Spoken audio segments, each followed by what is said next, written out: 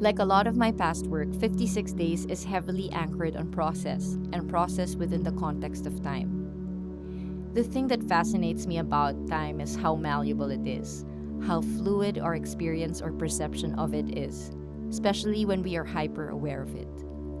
We talk of how our concept of time is just a construct, the idea that it's going in one direction, but really all of this is relative. So, a recurring theme within my work is how we frame that idea. I think I'm trying to make sense of time by looking at how it alters us, alters objects, or places. 56 Days is me trying to make a physical record of time. By exposing cyanotypes through the full length of sunlight in a day, I'm keeping a record of time.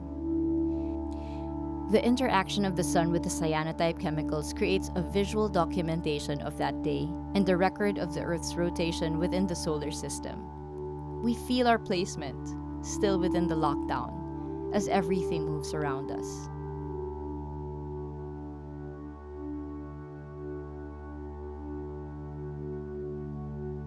I've always been interested in repetition, making variations of the same thing over and over again. I'm also interested in numbers and attaching narratives to it, and the grid was always a way to manage and organize these ideas. I come across grids often in my everyday life: the calendar, panels in comic books, frames and storyboards. And I think the way I use grids in my work often allude to these, as a way of visually depicting time or progression or storytelling. Also, we have a way of clustering numbers together in narratives. Days are likely to be grouped into 7 because it makes up a week, seconds into 60s because it makes up a minute. The ocean doesn't want me today seemed to be the natural counterpoint to 56 days.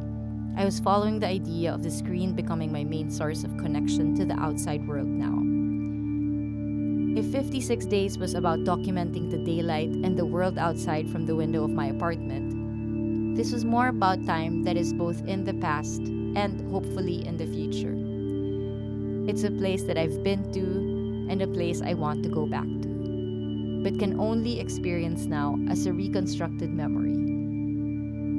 Each is the sum of their parts, yet neither equates to reality.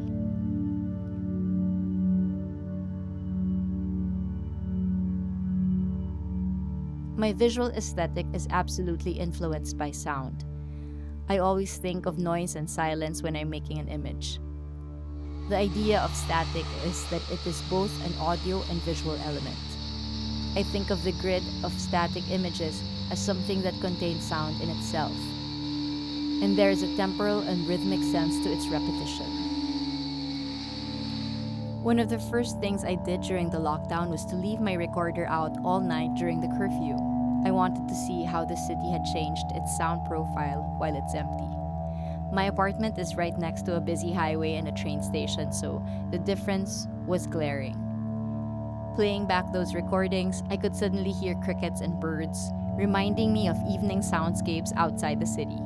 It felt like a displacement, or an overlap of two different spaces. I was thinking of that idea when I made the tondos. I was thinking of a place where that soundscape could exist.